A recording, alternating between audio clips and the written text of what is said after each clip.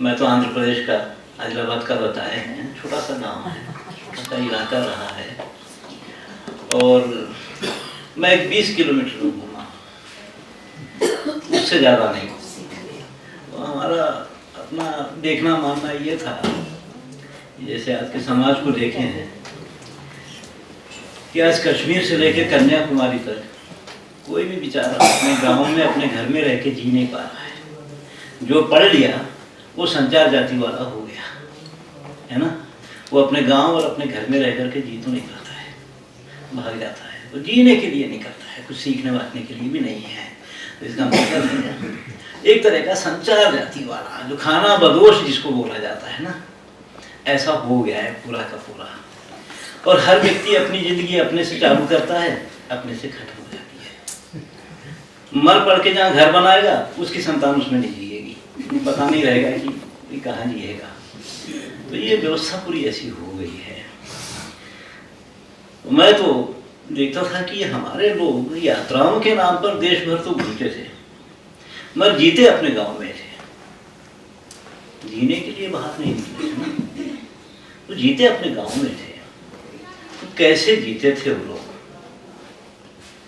एक छोटी सी परिधि में उनका सब कुछ कैसे चल जाता था। तो ये सारी चीजें हम देखे समझे, क्योंकि हमारे लोग जरा प्रकृति को ज़्यादा मानते रहे हैं, हर सारी चीज़ से प्रेरणा लेते रहे हैं। तो ये समाज ये देखता था कि भाई चींटी अपना आहार ढूंढने के लिए कितना दूर जाती है, ज़्यादा से ज़्यादा 4-5 गज या 10 गज। एक पशु अपना आहार ढूंढने के लिए कितना दूर जाता है, ज़्यादा 2-4 किलोमीटर। एक पंछी शाम में तो घर लौट आएगा अपने घोंसले में। तो जब ये प्रकृति के सारे जीवों के लिए आहार की एक परिधि है, तो क्या मनुष्य के लिए ऐसी कोई परिधि नहीं है क्या? तो मनुष्य की भी तो ऐसी कोई परिधि होना चाहिए ना। तो सुबह निकले और शाम में लौट के आ जाए, वो उसकी परिधि हो सकती है बढ़िया से, और जिसमें 12 महीने उसको आहार मिल जाता है। ऐसा नहीं कि भूखा मरेगा। तो यही सारा एक अध्ययन करते रहे हम लोग कि कैसे सब कुछ कर लेते थे लोग। वो एक अपने गांव को ही अपनी दुनिया मानते थे। दुनिया को तो अपना गांव कभी माने नहीं वो लोग, अपने गांव को अपनी दुनिया मानते थे। उनकी कोशिश जरूर रही कि दुनिया में जितनी चीजें बनती है वो हमारे गांव में क्यों नहीं बन सकती। इस हिसाब से वो लोग सारी विद्याओं को अपने गांव में समेटे। लोहे से लेके कागज और काजल तक वो अपने पास बना लेते थे, सब कुछ अपने पास बना लेते थे वो लोग। कि दुनिया में कहीं जो चीज बन रही है क्यों हमारे पास क्यों नहीं बन सकती है। तो वो जो सारी विद्याओं को वो लोग अपने पास में बन पाए, और वो बहुत छोटे पैमाने पे उसके सारे कारखानों की कल्पना भी की है ना। तो हमारी एक जो सभ्यता, मैं सभ्यता की ही बात करता हूँ ज़्यादातर, हमारी भारतीय सभ्यता एक ऐसी सभ्यता रही है जो बिना किसी कारणवश खत्म हो गई। जब देखे हम लोग तिब्बत का देखे डॉक्यूमेंट्री देखे, तो एक सभ्यता कैसे खत्म होती है वहाँ पता चला, कैसे नाश किया जाता है उसको, जब वहाँ देखे थे वीर में। मगर भारत की ऐसी सभ्यता रही है जो बिना कारण के खत्म हो गई।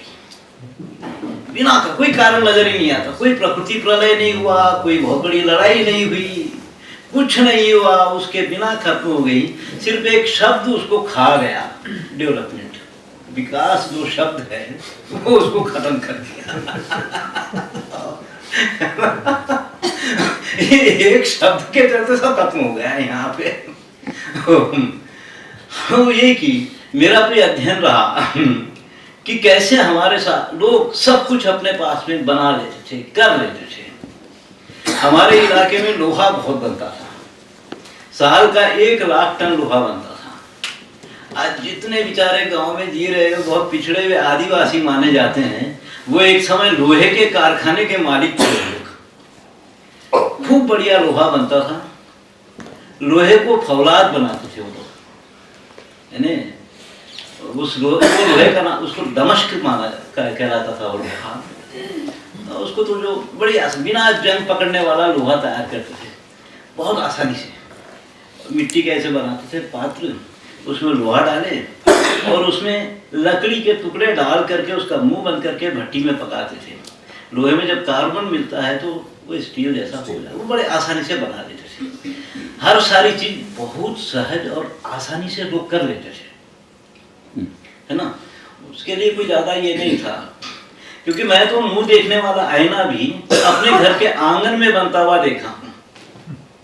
हाँ, औरतें आती थी, उनको पूसा लोलू बोलते हैं, जो मोतियाँ, आईने, कंगी फंगी ऐसी चीजें बेचती थी। तो वो आकर के पुराने आईने को नया कर देना है, शादी ब्याह है घर में, कितने आईने चाहिए, नए आईने, वो घर के आंगन में ही बना करके चले जाती थी।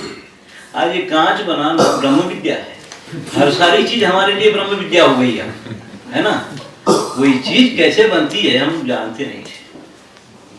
तो मैं जब उस समय पे घूमता था तो हमारे गांव में सब कुछ बनता था खूब, और मैं हर कारीगर के घर रह करके बहुत कुछ सीखा। सुनार का घर मेरा वर्कशॉप था, कार्यशाला थी। चमार का घर मेरा कार्यशाला थी।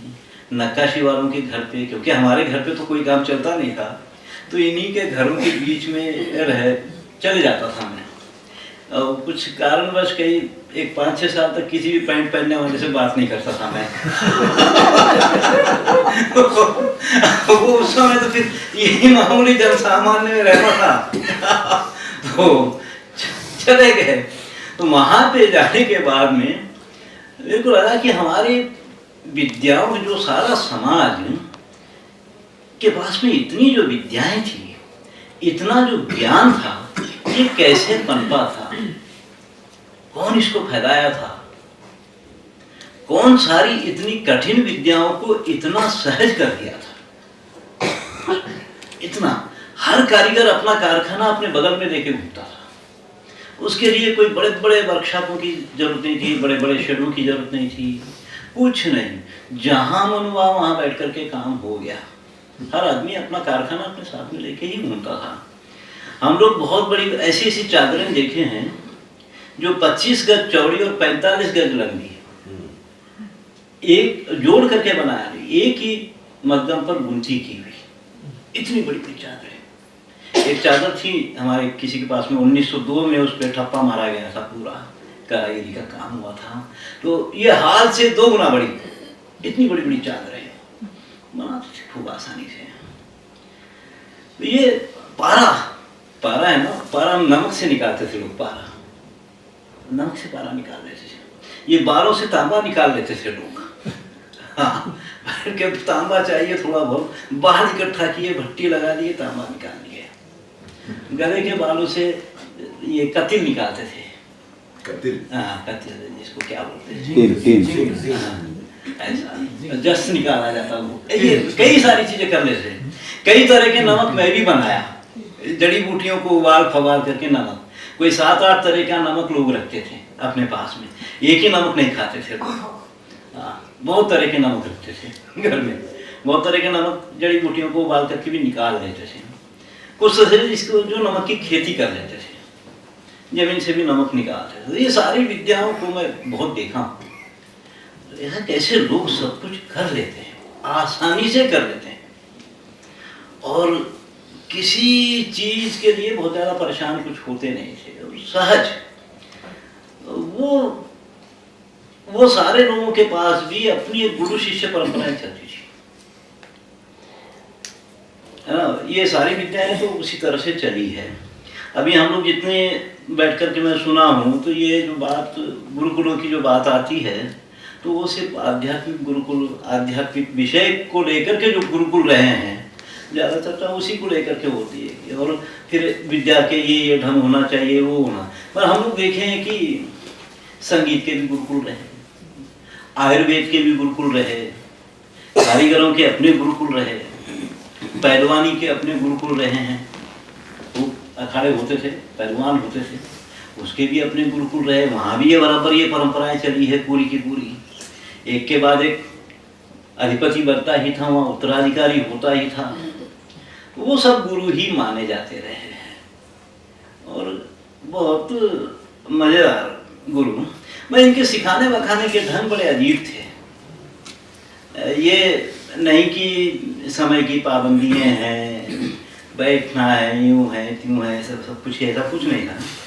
एक हमारे पास में एक बहुत बड़े गायक हुए करीमनगर में, नारायण राव उनका नाम, वो फैयाज खान साहब के थे। तो वो बड़ौदा में जब थे दरबारी गाय, तो ये उनके चेलों में ये भी थे जा करके। तो ये रहे। तो एक दिन संगीत सभा चल रही थी, तो काफी लोग बैठे हुए थे। तो ये एक आलाप दिए, एक तान दिए। तो उतने लोगों के बीच में एक ही आवाज आई, वाह उस्ताद। ये रुके, कौन बोला ये बात? ये कौन बोला ये बात करके? तो ये बेचारा डर गया, खड़े हुआ। मैं बोला उस्ताद तू कौन है रे? मैं आपका शागिर्द हूँ उस्ताद, आपकी मैं ही रह, तू मेरा शागिर्द है रे, तू ये बात करके क्यों बोला? उन्होंने बोला उस्ताद ये आपके मुंह से आज तक नहीं सुना मैं कभी, तू इसको पहचाना? जा आज से मेरा नाम लेके कहीं बिगा ले, तू बड़ा गायक हो गई खत्म उसकी पढ़ाई। आ गया। और आंध्र प्रदेश में बहुत बड़ा, यहाँ करीमनगर में बहुत बड़े गायक हुए हैं। विश्वनाथ सत्यनारायण, उनके ऊपर एक बड़ा अच्छा उपन्यास लिखे, मृग तुम्बेदा करके। मृग तुम्बेदा घोड़े की गुंजार जैसी होती है, वैसे उनकी आवाज थी, उस पर काफी अच्छा लिखे। वो हो गई उनकी पढ़ाई पूरी, खत्म मामला, है ना। तो ऐसे बहुत चला है अपने पास में। ये नहीं कि रगड़ो मरो पढ़ो। गुरु ग्रह गए पढ़न रघुराई, अल्पकाल सब विद्या पाई। राम गुरु के घर गए पढ़ने के लिए, थोड़े समय में सभी विद्याओं को प्राप्त करके चलते बने, खत्म। वो निकल गया वहां से। उसके लिए वो ठहरे नहीं रहे ना कि इतने साल इसको बैठना ही होगा। जब साल को प्राप्त कर लिया और गुरु ये मान लिया कि इसको अब आगे की जरूरत नहीं है, तो बस है, चला जाए। वो होता था। तो कारीगरियों के पास, कारीगरियों के पास भी इस तरह का सब कुछ चलता ही रहा है खूब। मैं बहुत लोगों के पास में गया, इनका बड़ा मजा आता था कभी कभी। एक शिल्पाचार्य के पास बहुत दिन रहा मैं, बहुत जानकारी थी शिल्प के बारे में। तो ये लोगों के पास में एक जानकारी होती थी इनको, पत्थर, जो बड़े बड़े पत्थर फोड़ने के लिए कुछ पत्तों का रस निकाल करके ये लोग उसके ऊपर में दरार में उस पर लाइन डालते थे और हथौड़ा मार करके उसके दो टुकड़े हो जाते थे, बड़े आसानी से उसको कर डालते थे। तो एक दिन मैं अपने गुरु महाराज के पास में, वो लेटे हुए बड़ी मस्ती, पैर दबाते समय वो उस टाइम पे बहुत बातें बताते थे। वो लेटा हुआ है, आंखें बंद करके ये पैर दबाए, खूब बातें बताते थे। अब लगे कि अरे तेरे को मैं वो बताता हूँ, वो पत्ते इतने में कोई आ गया, अरे उठ गए, अरे तेरे नसीब में नहीं है सुना। हो गई बात, अरे नसीब में नहीं है। फिर कभी वो कुछ समय होते थे ये लोगों के, कुछ समय होते थे ना, वो एक रहा है, वो एक बड़ा एक रिश्ता रहा है आत्मीयता का ना। तो ये बात ये आती है कि कई बार हम लोग देखे हैं कि सामर्थ्य के साथ अपने शिष्यों में एक सहजता को पैदा करते थे, सहजता को। क्योंकि मैं ऐसे ऐसे लोगों को देखा हूँ। करीमनगर में एक जगह में एक सरस्वती का देवालय है। तो देवालय में वो बेचारे एक पंडित जी है, तो हर बसंत पंचमी को कुछ लोगों को बुला लेते हैं सम्मान करने के लिए। तो एक बार मेरे को भी बुला दिया। तो मैं गया किसी को साथ में लेके, तो अपनी ब्याह गए तो एक कमरे की चाबी दे दिए, ताला खोले, एक चटाई पड़ी थी, एक झाड़ू पड़ा था, झाड़ लिए चटाई बिछा के रख दिए, सामान लेट गए। समय के साथ में संध्या समय जब कार्यक्रम था, तैयार होके चले गए। तो उस सभा में इतने विद्वान पंडित आए हुए थे, अष्टावधानी, शतावधानी, बहुत बड़े बड़े, इनकी जवान पे हजारों श्लोक थे। ये सब बैठ करके बड़ी जबरदस्त चर्चा हुई, बहुत सारी अष्टावधानी वो कविता, ये कवियों का एक ही होता है अष्टावधानी और शतावधानी, वो आंध्र में काफ़ी चलता है। अष्टावधान में एक कवि बैठता है और 8 लोग बैठते हैं साथ। शतावधान में एक कवि बैठता है और 100 लोग बैठते हैं। सहस्त्रावधान में 1000 लोग बैठते हैं। और नेत्रावधान में ये कोई आंख से इशारे करता है, उसके हिसाब से कविता गाता है। ऐसा बहुत कुछ चलता है, ये ना। ऐसे अष्टावधानी शतावधानी लोग उसमें थे, बड़ी चर्चा भी। और जब खाना खाने बैठे हम सब खाना खाए और हम जाकर के अपने कमरे में लेट गए तो इतने में ये लोग आ गए, ये बड़े बड़े पंडित लोग आ गए। सोएंगे कहाँ सोएंगे, नहीं यार, अरे यहाँ जगह है। तो कोई बोला कि ठहर में कुछ बिछाने के लिए लेके आता हूँ। तो गया और कहीं से बड़ा बोरिया लेके आ गया, वो डाल दिया। अब बस है, बोले चलो ये सब अपने बैग लगाए, अपना दुपट्टा जो सम्मान में शाल डाले थे वो ओढ़ के सो गए।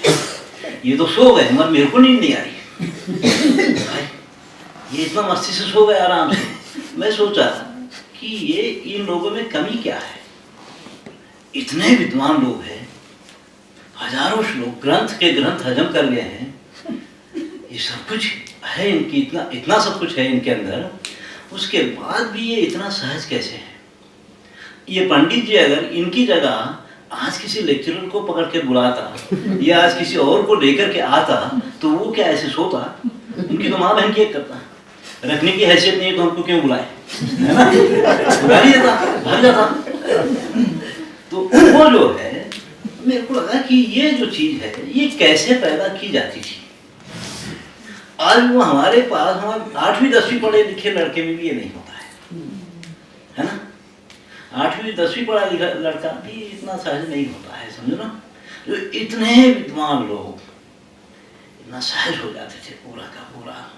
कृष्ण सिंह चावला की किताब में एक बड़ा अच्छा वर्णन है। ये जब वहाँ पढ़ रहा था तो ये संस्कृत का विद्यार्थी, तो ये लाल गमछा लपेट करके सुबह सुबह एक झाड़ के नीचे बैठ के श्लोक पढ़ रहा था जोर जोर से। इतने में इनका आचार्य वर्ग आ गए, तो वो निकले वहाँ से। तो ये इनको देख करके कपड़े पहनने दौड़ा। वो बोले कि ठहर उठर, तुम संस्कृत के विद्यार्थी हो ना? हाँ संस्कृत, कोई बात नहीं। इस देश में संस्कृत पढ़ा लिखा लड़का और अंग्रेजी पढ़ी लिखी लड़की अर्ध दिगंबर रह सकते हैं, कोई बुरा नहीं।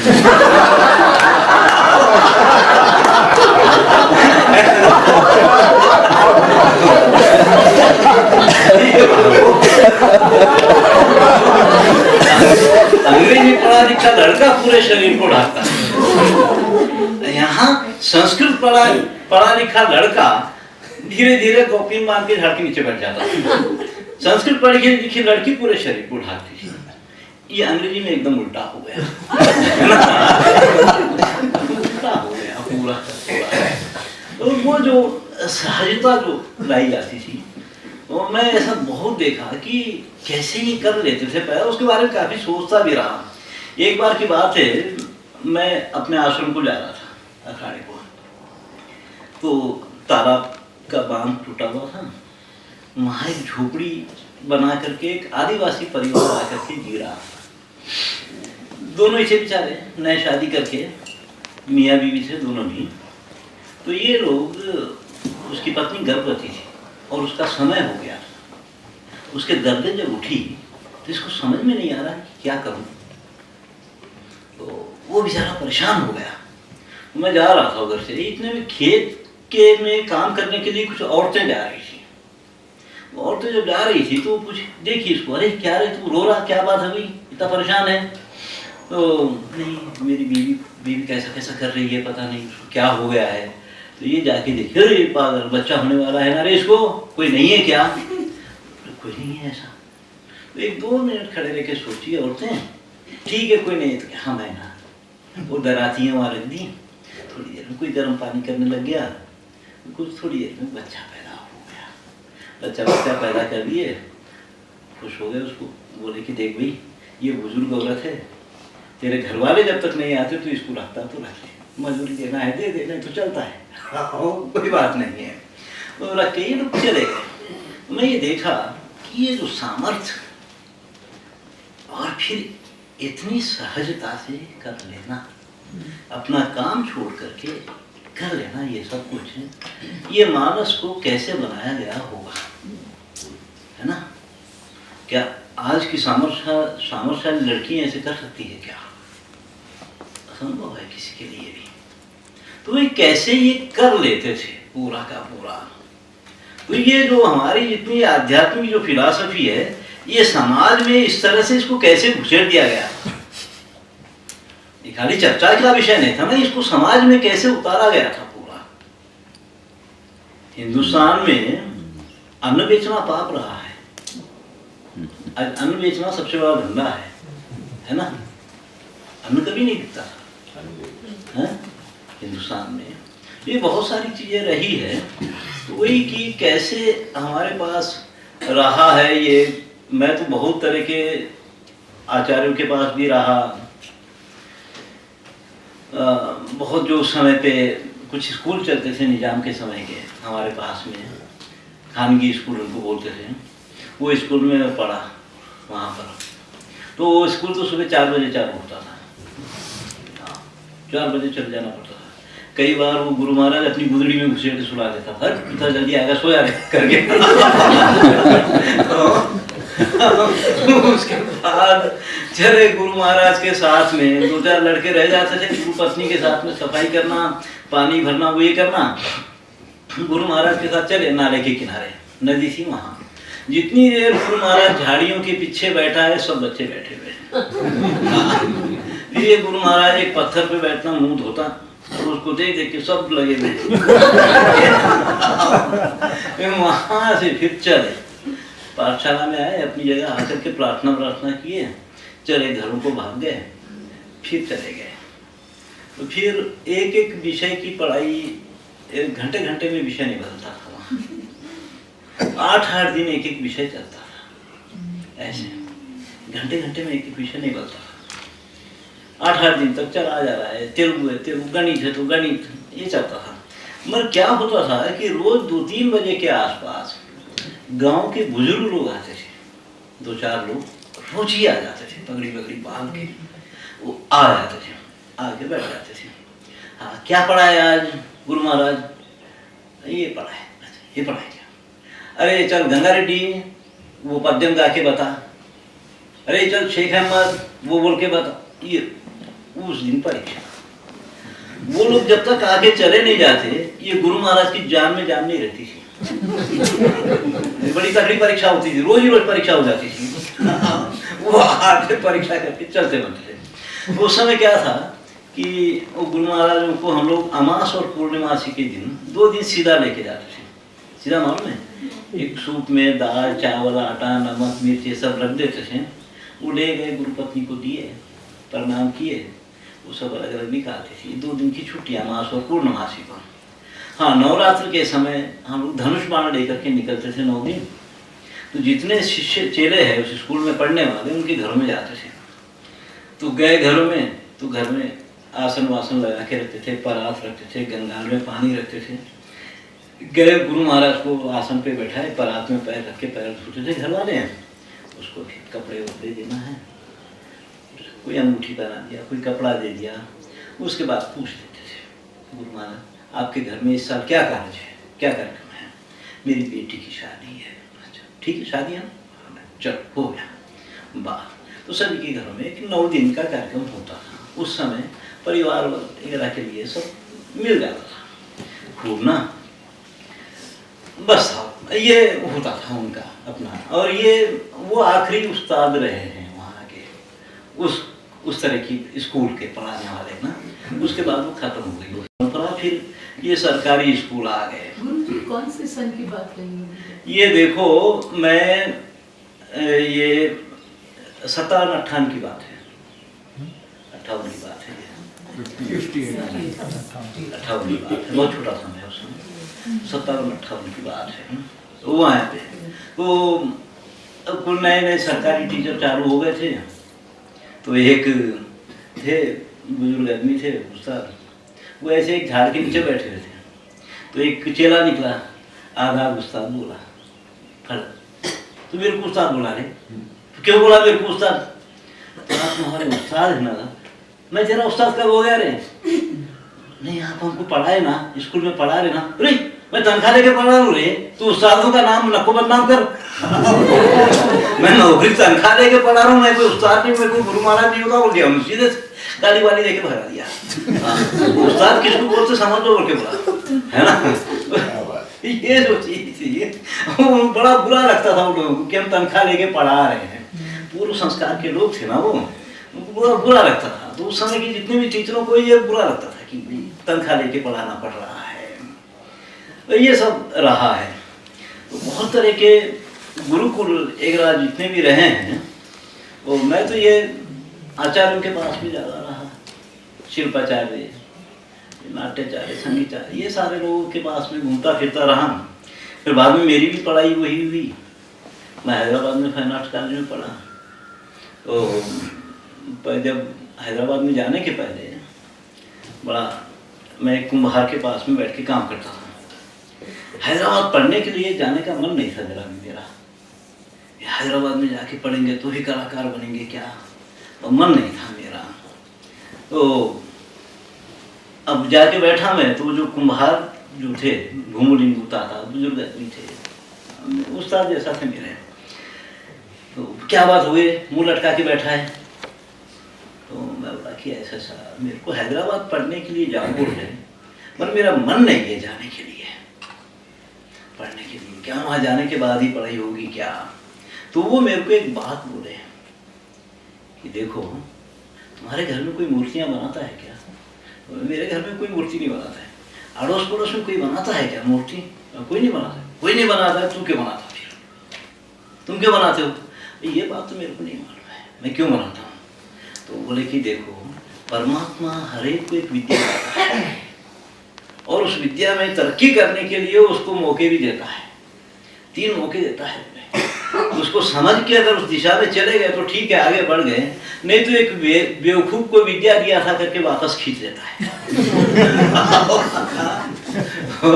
इसलिए अब सब जब समय आया तो चले जाए। मैं उनको प्रणाम किया और चलते बना। हाँ, उसी दिन फिर चला गया मैं हैदराबाद। वो बड़े जबरदस्त उस्ताद था। तो वो जब किसी एक महापुरुष की किताब जब हाथ में आई, मैं देखा वो, तो उसमें पहला ये लिखा था कि अपने आप को समझने का सही ढंग यही है कि तुम्हारे भीतर सही सहज विद्या क्या है उसको समझ लो तो अपने आप को समझ लिए। तो ये बात वो लिखी हुई थी। एक कुम्हार आदमी मेरे को ये बात बोला है ना, वो सहज ये बात मेरे को बताया है इतना, और एक इतना बड़ा आदमी इसी बात को लिखा है। वो जानते थे, हमारे जो पेंटिंग जिनसे मैं सीखा गुरु लोग, वो गुरु थे, बहुत अच्छे हैं, बहुत जानकारी थी उनको, गजब की जानकारी, और बहुत सहज सीधे साधे।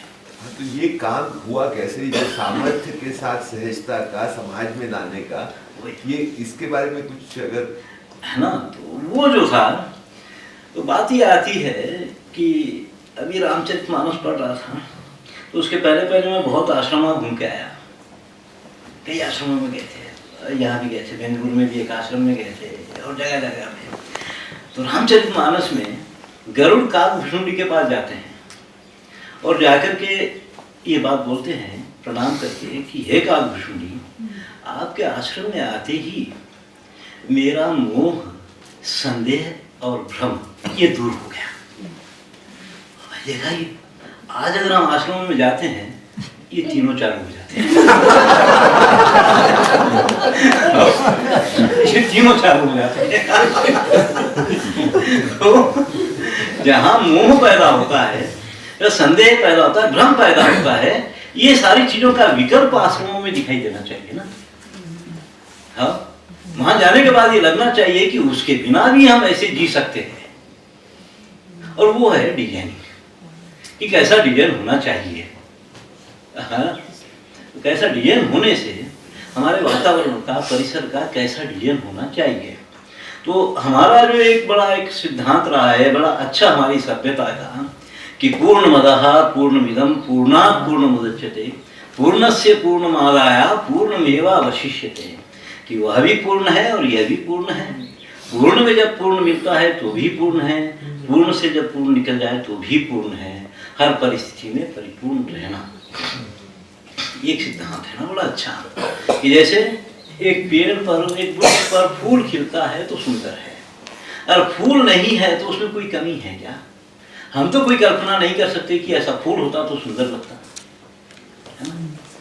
उस पर एक पंछी बैठ जाए बड़ा सुंदर है, पंछी अगर उड़ जाए तो इस वृक्ष में तो कोई कमी होती नहीं है ना। वो जहाँ बैठा है वो सुंदर है, ये अपनी जगह सुंदर है, दोनों मिलते हैं तो भी सुंदर है, अलग हो जाते हैं तो भी सुंदर ही सुंदर है, कमी कहीं होती नहीं है। तो इसको दृष्टि में रख करके एक जीवन शैली, जो भारतीय जीवन शैली बनी थी भारतीय सभ्यता की, कि एक ऐसी व्यवस्था, कुछ है तो ज्यादा ना लगे, नहीं है तो उसकी कमी को महसूस ना किया जाए, है तो ज्यादा ना लगे, नहीं है तो उसकी कमी को महसूस ना किया जाए। ये सारी चीजों को रखा गया, हमारे सारे डिजाइन में इसको रखा गया था। है तो ज्यादा नहीं होना है, नहीं है तो उसकी कोई कमी महसूस नहीं करना है। हमारा घर भी उसी हिसाब से बना था, आहार भी हमारा उसी हिसाब से बना था, वेशभूषा भी उसी हिसाब से बनी थी। चमड़े के चप्पल, धोती, कुर्ता, दुपट्टा, पगड़ी या टोपी, इतना भेष है ना। पगड़ी और टोपी निकल जाए तो कोई कमी है क्या? और शरीर पे अंग वस्त्र नहीं है तो क्या कोई कमी है क्या? और कुर्ता नहीं है तो कोई कमी होती है क्या? हम खेती लोग धोती बनियान पे रहते हैं, शरीर पे बनियान भी नहीं, इतना जिने हुए पंचा पड़ा उसको पकड़ पकड़ के प्रणाम करते हैं। पैर में जूता है तो भी चलता है, नहीं है तो भी चलता है तो ज्यादा नहीं है, नहीं है तो कमी नहीं है उसकी। अब इस भेष में से क्या निकालेंगे? शर्ट निकालते हैं तो नंगा है, जूता नहीं है तो असभ्य है, एक बटन टूट जाए तो सारा दिन परेशान रहेगा। इतनी परेशानी वाली वेशभूषा को पहन करके क्या आनंद से जिएगा, है ना? तो इसलिए आनंद से जीना है, उसका अपना कुछ तो होना पड़ेगा ना, कि उसकी अपनी व्यवस्था ऐसी हो कि है तो ठीक है, नहीं है तो भी ठीक है। तो हमारे घर भी ऐसे ही बने थे, हमारा आहार भी ऐसे ही बना था, है तो ठीक है, नहीं है तो भी ठीक है। हम जो खाना खाते थे पहले घरों में, हमारे पास जो बनता था कि एक दिन पीला अनाज, एक दिन सफ़ेद अनाज, एक दिन बिना नमक का खाना, एक दिन बिना तेल का खाना, एक दिन बिना चाकू इस्तेमाल किए खाना पर पकना है, और एक दिन रात का पका हुआ सुबह खाना है। ऐसे चलता था पूरा। तो उसमें यह था कि वो औरतें जानती थी कि नमक के बिना भी कितने स्वादिष्ट पदार्थ बना सकते हैं ऐसे, और तेल के बिना भी कितने स्वादिष्ट पदार्थ बना सकते हैं, वो बनते थे, जानती थी खूब ऐसे। वहां ये नहीं था कि ये होगा तो ही हम खाएंगे, है ना। मैं कई बार एक कथा सुनाता हूँ, एक बहुत बड़े विद्वान पंडित शास्त्रार्थ के लिए लोगों को बुलाइए घर में, आ रहे लोग, तो 2-4 दिन शास्त्रार्थ मंडन हुआ, खंडन करने की बात आ रही। तो जब ये खंडन करने की बात आई तो उसकी बहन आई धीरे से, इसके कान में बोल रही कि ग्रह तांदुड़े नास्ती, घर में चावल नहीं है। खा शास्त्रार्थ करता बुला तो लिया खाने के लिए, वो घर में चावल नहीं है, बोल दिया आकर के आलू से बोल के चलते बनी। तो इसकी पत्नी देखी कि कुछ बोल के गई है और ये परेशान हो गया, तो जाके पूछी क्या बात है, घर में चावल नहीं है ना। वो कौन बोला चावल है? चावल है, सब है, तो अपना करो, जो करना है करो। तो ये जब हो गया, सब चर्चा हो गई, तो वो खाना खाने के लिए बुलाए, तो खाना खाए सब लोग। खाना खाने के बाद जब चले गए तो ये पूछा कि खाना कैसे बनाई थी, चावल कहाँ से आ गए? वो कुछ नहीं, बहुत लौकियां लगी हुई थी, उसको ऐसे पका दी, किसी को पता ही नहीं चला कि क्या खा रहे हैं। ये जो है ये सामर्थ्य है ना, ये सामर्थ्य होती है ना। ये सब कुछ होगा तो ही करेंगे, नहीं तो नहीं कर पाएंगे, ये नहीं है ना। हमारी व्यवस्था में ये जो था, ये सिद्धांत बड़ा अच्छा था कि है तो ठीक है, नहीं है तो ठीक है। हमारे घर भी जो बनते थे पूरे ऐसे ही थे, विशाल विशाल मकान। तो ये तो बहुत बार सुने हैं लोग, तो खैर काफी लोग नए हैं ना। तो हमारे घर के 5 लक्षण होते हैं। पहला लक्षण है घर आरोग्य के लिए श्रेष्ठ रहे, दूसरा लक्षण है घर आर्थिक रूप से सहयोग दे, तीसरा लक्षण है घर आध्यात्मिक दिशा में बढ़ाए, चौथा लक्षण है घर प्रकृति से प्रेम सिखाए, और 5वां लक्षण है घर सामाजिक होए, असामाजिक नहीं होना चाहिए। ये 5 लक्षण जिसमें नहीं होते हैं वो घर घर नहीं होता है ऐसा। तो ये 5 लक्षणों को लेकर के हमारे घर बनते थे। पहला आरोग्य के लिए श्रेष्ठ, तो हमारे पास में भाषा, भोजन, भेष, भवन के आधार पे तो हिंदुस्तान के 108 भाग होते हैं, है ना। कि हर 50-100 किलोमीटर के बाद में भाषा बदलती है, वेशभूषा बदलती है, भोजन बदलता है और भवन का डिजाइन भी बदल जाता था। तो इतनी विविधता थी हमारे पास में, तो ये सब बदल जाता था।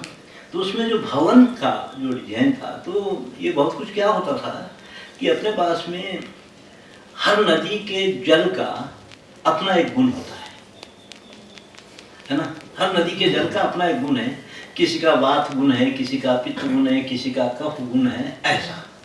तो उसके किनारों पे रहने वाले लोगों का आहार उस हिसाब से तैयार होता था। वो रहा है, उस हिसाब से बना था पूरा आहार कि कैसी भौगोलिक स्थिति में रह रहे हैं, उनके वहाँ के जल का क्या गुण है। तो एक एक इलाके की अपनी कुछ खास बीमारियां होती हैं, तो बीमारियों से बचना है तो कैसे करना है। तो वो इलाकों के जब घर देखते हैं तो बीमारियों से बचने की वो डिजाइनिंग है पूरी, वो घरों की ऐसे, कहीं त्रिशाला, कहीं चतुशाला, कहीं एक शाला, ये सब रहा है ऐसा पूरा। उसमें कोई गहराई से काफी अध्ययन करे तो पता चलेगा। वो तो पहला तो घर का लक्षण है कि आरोग्य के लिए श्रेष्ठ है। आयुर्वेद के अनुसार पैर गर्म, पेट नरम, सब ठंडा है तो आदमी आरोग्यशाली है। तो उस हिसाब से टेम्परेचर रहना चाहिए। ये जब से सीमेंट के मकान बन गए ये सिद्धांत उल्टा हो गया, सर गर्म होने लगा, ठंडे होने लगा। दूसरा, घर है आर्थिक रूप से परेशान ना करें। शास्त्रों में एक बात आती है कि घर से निश्चिंत रहो, गृहस्थी से निश्चिंत रहो करके कोई शास्त्र नहीं बोलता है। घर ऐसा होना चाहिए जो हमको निश्चिंत रखे। गृहस्थी तो हमारा धर्म है भी, है ना। तो घर से निश्चित रहो, तो घर ऐसा होना चाहिए जो हमको परेशान ना करे। तो हमारे जो घर थे, विशाल विशाल मकान थे। इतने विशाल मकान रहने के बाद भी सोए तो वो लोग भी, खाना वो लोग भी खाए, अतिथि सत्कार वो लोग भी किए, मगर घर में जगह रोकने वाली कोई चीज नहीं थी, कोई चीज जगह रोकने वाली नहीं थी। पीटे पाट लगते थे, भोजन उठा के कोने में रटाते थे, चटाई शतरंजी बिछती, स्वागत सत्कार होता, लपेट के बगल में डालते थे, खटियाएं बिछती थी, सोते थे लोग, उठा करके कोठे में डाल देते थे। हाँ, घर में एक तखत पलंग होता था, कोई बुजुर्ग आदमी पड़ा रहता था उस पर, या कोई महात्मा आया तो चढ़ के बैठ जाता, या बस्ती में नाटक ड्रामा होता तो बच्चे उठा के ले जाते थे। उससे ज्यादा काम का नहीं था, है ना, इतना ही था। वो कोई चीज जगह रोकने वाली नहीं थी। आज जनसंख्या बढ़ गई, घर छोटे छोटे बनने लग गए, तो फिर ये घरों में जगह रोकने वाली चीजें क्यों इस्तेमाल करने लगे। हर घर की वास्तु शांति करके उसमें घुसते ही वो घर इतना मांगता है कि अपने घर को म्यूजियम बनाते कस्टमर निकल जाता है। तो जिस घर में आदमी आर्थिक रूप से इतना परेशान रहेगा, वो साहित्य, संगीत, परमात्मा, ये सारी चीजों के बारे में कब सोचेगा बेचारा, है ना। ये सारी चीजों के बारे में सोचने वाला ही आध्यात्मिक होता है ना। वो जो आध्यात्मिक ही नहीं है उसको प्रकृति से कोई प्रेम नहीं होता है, और जिसको प्रकृति से कोई प्रेम नहीं है वो सामाजिक जीव नहीं बन सकता, है ना। समाज की अपने पास में बड़ी अच्छी परिभाषा है कि समाज का मतलब होता है प्राणी समूह, और प्राणी क्या हम ही है क्या, सीधे से प्राणी तो हम नहीं है। प्राणी तो वृक्ष भी प्राणी है, पशु पक्षी भी प्राणी है, ये सब प्राणी है। ये सबके साथ हम जीते हैं, है ना। ये आपस में एक समाज माना जाता है पूरा का पूरा। मतलब बड़ी विचित्र बात ये है कि जितना भी प्राणी समूह है सहज ही वो अपना कर्तव्य निर्वाह करता है। वृक्ष है, प्राणवायु देना है, देगा। घर में कुत्ता बंधा हुआ है, पराया आदमी आएगा तो भूखेगा, उसको इतना ही बोलना पड़ता है कि पराया आदमी आया भूख, वो सहज वो करेगा, बुरा ना। तो ये सारी चीजें सहज ही अपना कर्तव्य निर्वाह करती है। तो मनुष्य जिस दिन इन सारी चीजों के प्रति अपना कर्तव्य निर्धारित करके जीना चालू करता है, ये उस दिन सामाजिक होता है, समझे। ये उस दिन सामाजिक होता है। ये नहीं कि 4-6 लोग बैठ करके वसुधैव कुटुंबकम की बात कर रहे हैं, खाना नहीं होता है। वसुधैव कुटुंबकम में तो हर सारी चीज के साथ में रिश्ता बनाना पड़ता है ना। तो हमारे पास में क्या रहा है कि गुरु को कई तरह से माना गया है। और एक तो अध्यापक है, एक आचार्य है, एक गुरु है। उसके बाद गुरु भी 3 तरह के माने गए हैं। एक गुरु तो है कछुए की तरह, एक गुरु है मुर्गी की तरह, एक गुरु होता है मछली की तरह। ऐसे ये सारे तरह के गुरुओं की समाज में जरूरत होती है। ये मुर्गी की तरह एक गुरु होता है जो अपने चेले तैयार करता है और उनको समेट के बैठा रहता है।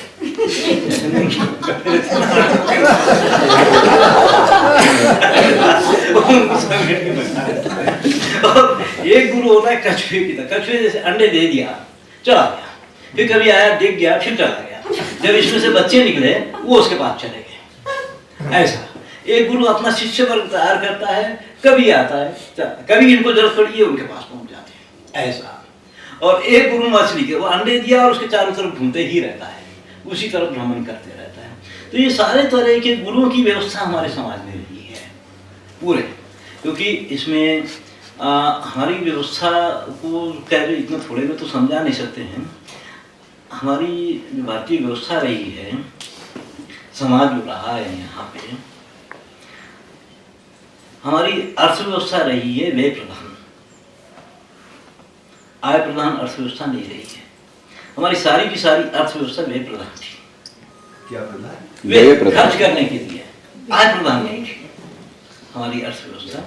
और हमारे पास 3 ही वृत्तियां थी, कर्म वृत्ति, वैश्य वृत्ति और भिक्षा वृत्ति। ये 3 ही वृत्ति थी। क्षात्र वृत्ति में नहीं रहा है, वो धर्म था, वो धंधा नहीं था, उस पर जी नहीं सकता था आदमी, वो धर्म था। तो कर्म वृत्ति जो जड़ पदार्थ से सृष्टि करता है, ये सब कर्म वृत्ति वाले लोग हैं। लकड़ी जड़ है, लोहा जड़ है, सोना जड़ है, चमड़ा जड़ है, मिट्टी जड़ है। जो जड़ पदार्थ से सृष्टि करने वाला जो समाज आता है, ये सब कर्म वृत्ति में आता है।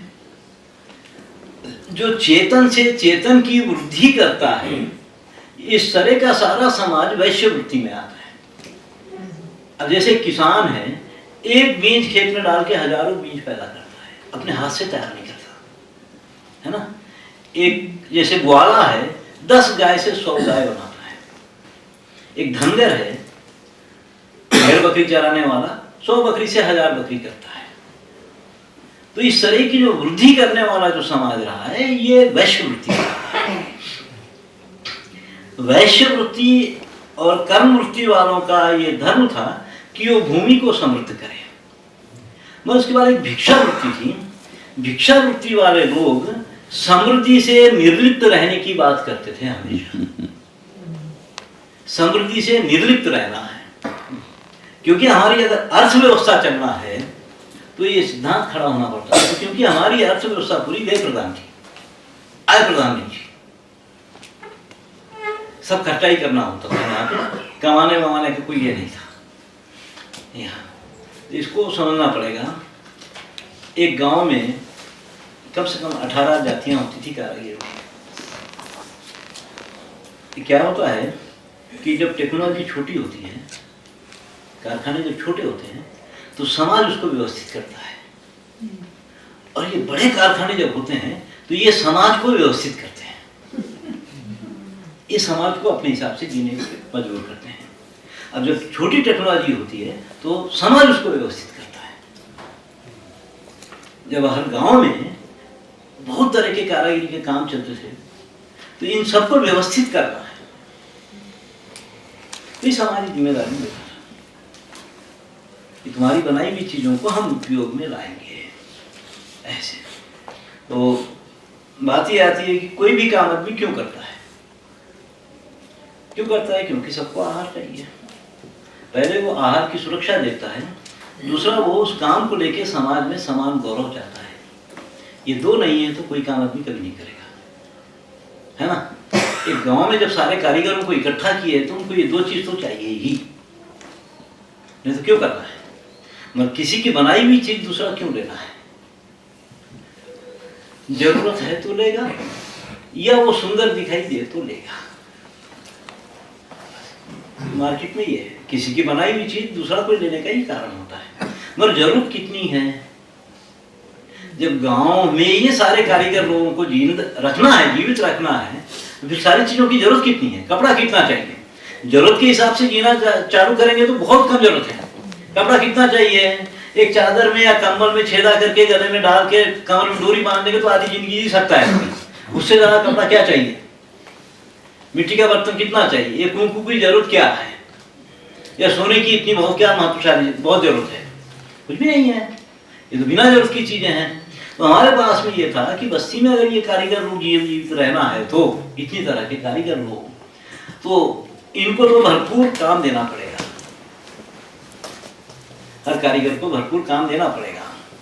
जरूरत बहुत कम है, अगर इनको जिंदा रखना है तो बिना जरूरत के भी इसके काम को इस्तेमाल करना पड़ेगा।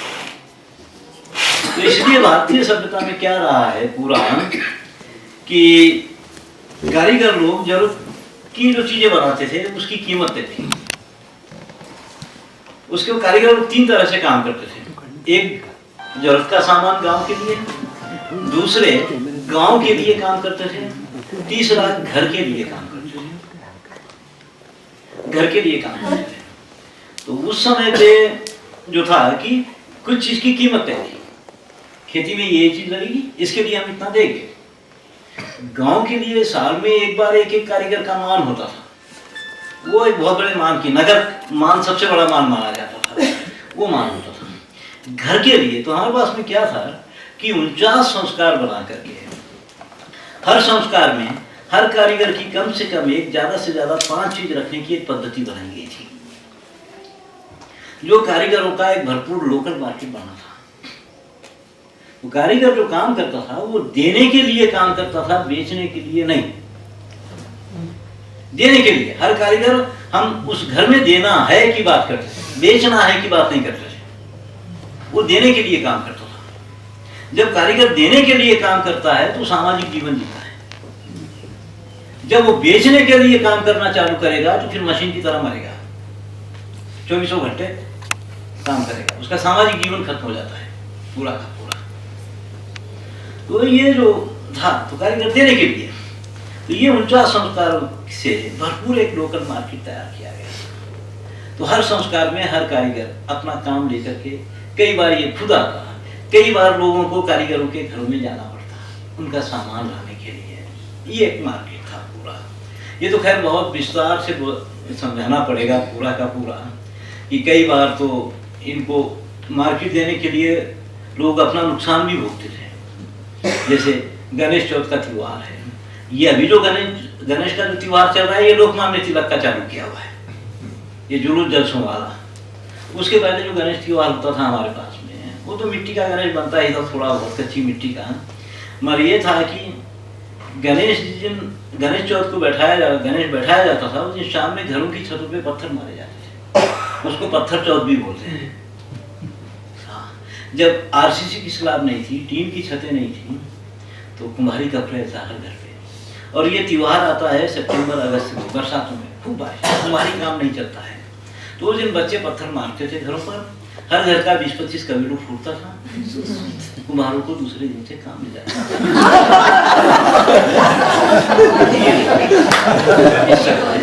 तो हमारे पास 2 चीज है, बांस का काम और मिट्टी के काम को साल भर से ज्यादा घर में नहीं रखना है, ये नियम था। होली के दिन पुराना घड़ा फोड़ देना है, छठ की पूजा के दिन बांस का जितना सामान है गांव के बाहर फेंक डालना है, नया लेना है फिर इस्तेमाल करना है।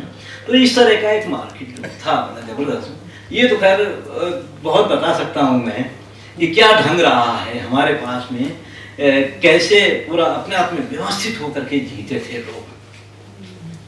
इसके कई बार उसके समझ नहीं रहने की वजह से या क्या क्या हो जाने की वजह से लोग उसके गलत मतलब निकाले हैं। हर्ष जब मेरे पास में था बैठ के, तो मैं हर्ष को एक दिन बताया कि देखो एक कुम्हार के घर पे मैं बैठा था हर्ष, तो उस दिन ब्राह्मण लोग आए शादी के बर्तन लेने के लिए, एरन कुंडल बोलते हैं, शादी के बर्तन लेने के लिए। तो ये कुम्हार तैयारी किया, तो ब्राह्मण परिवार आया बाजे गाजे के साथ में, कुम्हार के चाक की पूजा वाजा किया, कुम्हारनी को जो देना था दिया, कपड़ा वपड़ा, और सूप में सीधा लाया था वो दे करके लेके चलते बना।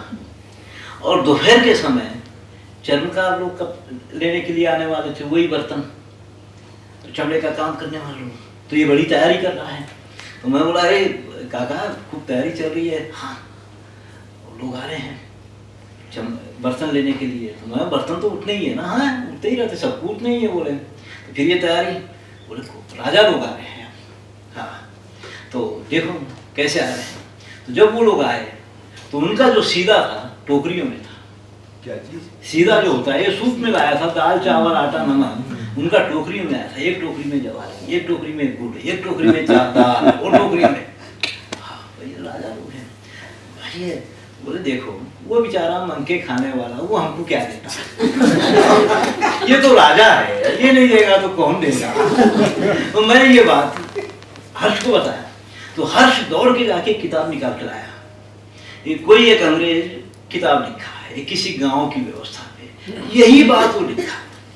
और वो लिखा कि देखो गांव में कितना शोषण है, ब्राह्मण जब कुम्हार के घर बर्तन लाने जाता है तो बहुत थोड़ा देता है, और कोई दूसरे जाति का जाता है तो उसको बहुत देना पड़ता है, ये शोषण है।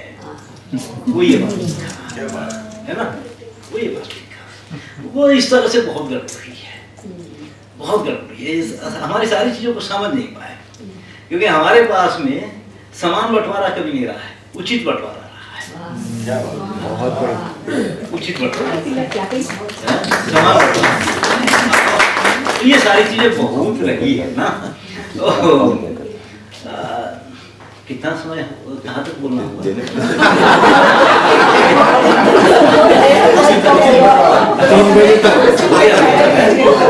समय का भी उचित बंटवारा नहीं, आप पूरी समय ले लीजिए, कोई बात नहीं, आनंद आ रहा।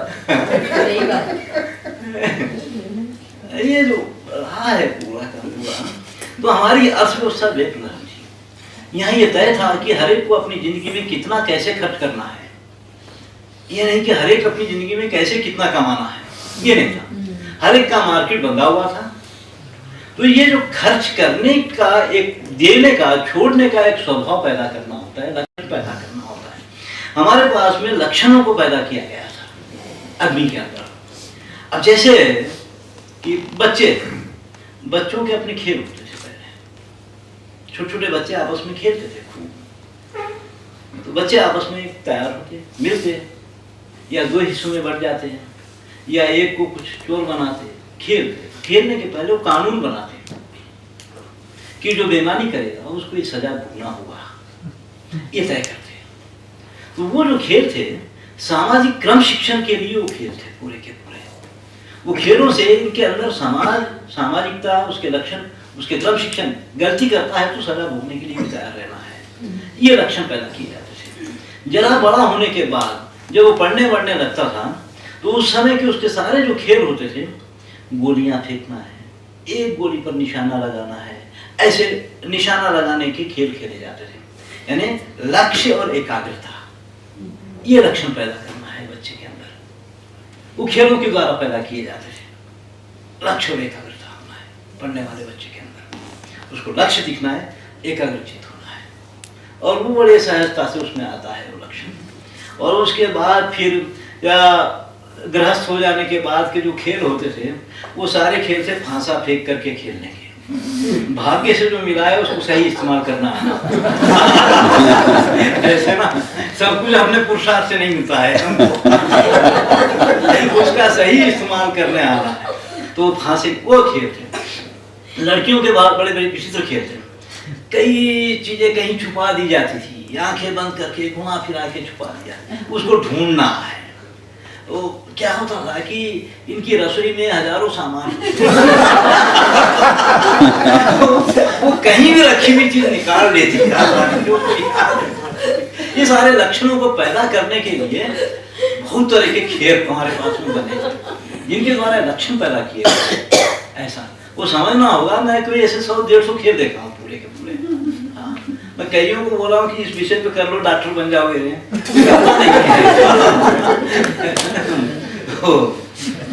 वो तो हमारे पास में पूरा देने के लिए ही अर्थव्यवस्था थी, आय प्रदान नहीं, व्यय प्रदान अर्थव्यवस्था थी कि हमको इतना इतना देना ही है, तो छोड़ने का एक लक्षण पैदा करना है, छोड़ते समय दुख नहीं आना है। तो हमारे पास उसके लिए फिर ये कलाओं की बहुत ज्यादा जरूरत पड़ी, ये चित्रकला, शिल्पकला, ये सारी चीजों की वहां आकर के जरूरत महसूस होती है। फिर कि थोड़ी देर के लिए बहुत सुंदर बनाए, फिर उसको पानी में ले जाके छोड़ दिए, विसर्जित कर दिए। अब गणेश इतना खर्चा, इतना व्यवसाय किए, फिर जाके पानी में छोड़ दिए। हरितालिका, चैत्र गौरी, मंगल गौरी, ये जो सारे कार्यक्रम होते हैं, बहुत सुंदर वातावरण तैयार होता है, सब कुछ होता है, समाज इकट्ठा होता है, भोजन होगा, फिर उसको ले जाकर के पानी में छोड़ देना है। छोड़ते समय दुख नहीं आना है ना? छोड़ते समय बहुत दुख आता है लोगों को, तो छोड़ते समय दुख नहीं आना है। ये लक्षण पैदा करने के लिए पार्थिव चित्रकला, पार्थिव शिल्पकला बहुत मददगार है, जिनके द्वारा ये लक्षण पैदा किए गए हैं। कलाओं से हमारे पास गाँव में क्या होता है कि गांव में 4 चीजें बहुत महत्वशाली थी: विज्ञान, आध्यात्म, कला और सामाजिक अर्थशास्त्र। कला बहुत महत्वशाली चीज थी। तो कला के बिना बहुत गड़बड़ रहती है। कभी कभी तो लगता है कि आध्यात्म की पहली सीढ़ी कला ही है। अरे वाह, है ना? कला से एक सौंदर्य दृष्टि पैदा होती है, एक सौंदर्य दृष्टि। सौंदर्य दृष्टि नहीं है तो बड़ी गड़बड़ होती है। तो गुरु जी, एक आई लड़की मेरे पास में आके पूछी, गुरु जी अगर एस्थेटिक नहीं होगा तो क्या होगा? बोला एस्थेटिक अगर नहीं होगा तो स्टेटस का चक्कर पड़ता है।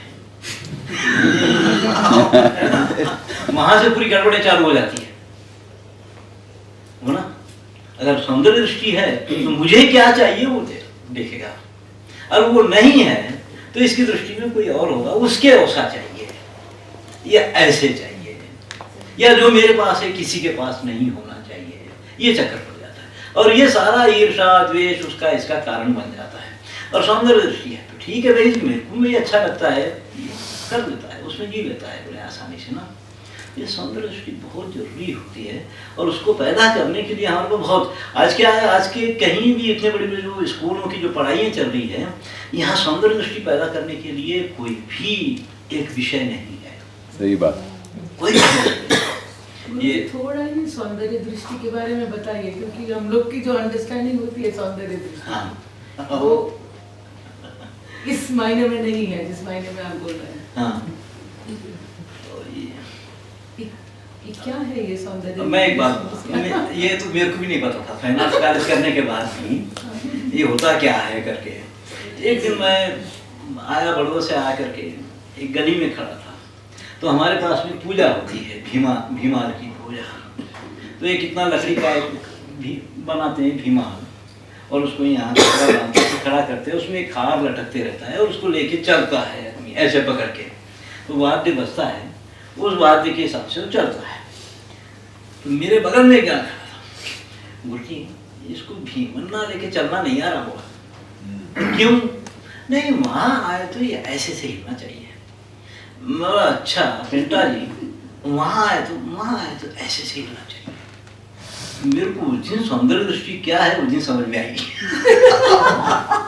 कि ये सारी चीजों के साथ में जब हिलती डुलती हुई चीज भी इसके साथ जब सामने करते हुए चले जाती है, तो वो फिर एक सौंदर्य दृष्टि होती है ना, हिलते हुए चली जाती है, उससे विपरीत नहीं होता है सब, वो फिर एक होता है सौंदर्य, ऐसा ना वो होता है। तो वो एक सौंदर्य दृष्टि है। तो ये सारे विषयों पे खैर काफी लंबी लंबी बात थी। तो अभी स्कूलों में हमारे पास में सौंदर्य दृष्टि पैदा करने के लिए कोई विषय नहीं है। खैर ये स्कूल जितने भी है बड़ा मजा आता है स्कूलों में जाते। तो एक तो मैं भी जाता था एक स्कूल में, बच्चों को पढ़ाने के लिए जाता रहा मैं। तो एक तो क्या है, सुबह से लेके शाम तक बच्चा बैठता है, और 2.5-3 साल का बच्चा स्कूल में जाके बैठता है, तो 18-20 साल बैठता है पढ़ाई के नाम पे। उसकी हड्डियों को भी बैठने की आदत हो जाती है। उसके बाद वो जो काम देखता है बैठने का काम, फिर उससे कोई दूसरा काम तो होगा नहीं, 20 साल बैठा है भाई पढ़ाई के नाम पर स्कूल में। और फिर हर 45 मिनट के बाद 1 घंटा बजता है। तो अभी वो तेलुगु पढ़ा, उसके तुरंत बाद गणित पढ़ना है, उसके तुरंत बाद इतिहास पढ़ना है, उसके तुरंत बाद विज्ञान पढ़ना है। हर 45 मिनट के बाद विषय बदलता है उसका। तो घंटा बजते ही 1-5 मिनट में अपनी खोपड़ी को एडजस्ट कर देता। तो वो सारा दिन में बहुत बार एडजस्ट करते, कई साल करता है, इसलिए उसको एडजस्ट होने की आदत पड़ जाती है। ये आजकल के बच्चे कहीं भी एडजस्ट हो जाऊंगा, खोपड़ी को एडजस्ट होने की आदत डाली गई। हाँ, वो लक्ष्य, उसको कोई लक्ष्य नहीं, कोई उद्देश्य, कुछ नहीं होता है उसका। ये किया गया है, जानबूझ के किया गया है। क्या होता है, जब कारखाने छोटे थे तो समाज बहुत विविधता से जीता था। हर इलाके, हर गांव का अपना डिजाइन होता था। एक गांव में 360 जाति होती थी, 360 डिजाइन होता था। हर जाति का अपने डिजाइन का कपड़ा, बर्तन, भांडा सब कुछ होता था। और समय और संदर्भ के लिए भी डिजाइन होता था, कपड़ा होता था। तो उस समय तो क्या था कि अब जैसे कारीगरी जो थी, उस समय जो छोटे कारखाने थे तो उनको डिजाइन बदलना ना तो समय लगता था ना पैसा लगता था। सेकंडों में, मिनटों में डिजाइन बदलते थे।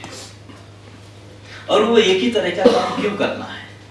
तो वो लोग हर समय नया काम करने की कोशिश करते थे, तो वो बहुत डिजाइन पैदा करते थे। यहाँ तक कि हर समय और संदर्भ के लिए भी वो डिजाइन पैदा किए। एक जगह गए, लड़कियों, गांव की औरतें ओढ़ना ओढ़ के जा रही थी। हमारे साथ कुछ लोग थे, तो उनको लगा बड़े सुंदर ओढ़ने हैं। तो बोला ये ओढ़ने बहुत सुंदर है, हमको चाहिए। तुमको क्यों चाहिए? नहीं, हमको चाहिए, हमको अच्छा लग रहा है। अच्छा लगने का मतलब कुछ भी लेना है क्या? तो क्यों हम लोग नहीं ले सकते क्या? हाँ, ये तुम लोग नहीं ले सकते। ये ओढ़ना वो औरत ओढ़ सकती है जिसके 1 संतान है। जिसके 2 संतान होने के बाद उसके ओढ़ने का डिजाइन बदल जाता है। ओढ़ना देख करके बोल सकते हैं कि इसके 4 संतान है, इसके 5 संतान है, इसके 1 संतान है। तो यहाँ तक का वो डिजाइन किया है पूरा, समय और संदर्भ के लिए। ये तो छोटे अने एक गांव में जब एक जुलाहा अपने मंडप पे 360 साड़ी बना सकता है, एक सुनार अपनी भट्टी पे 360 डिजाइन का मंगलसूत्र बना सकता है, ये इनकी सामर्थ्य है बहुत बड़ी। बड़े कारखानों का ये बस का नहीं है।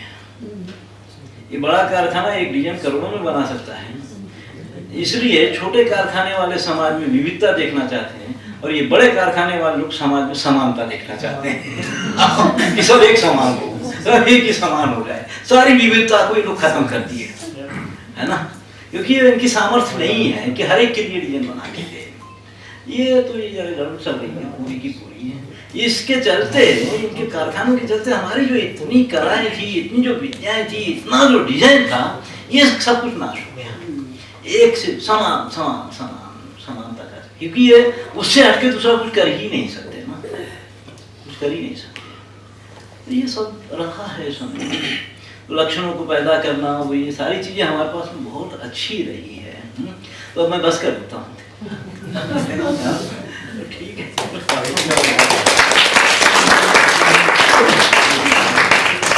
रविंद्र जी, हाँ। एक प्रश्न है। हाँ, बोलिए। ये आप जब बड़ौदा से वापस आए, हाँ। तो बड़ौदा को उधर जो आर्ट प्रैक्टिस चल रहा था, हाँ।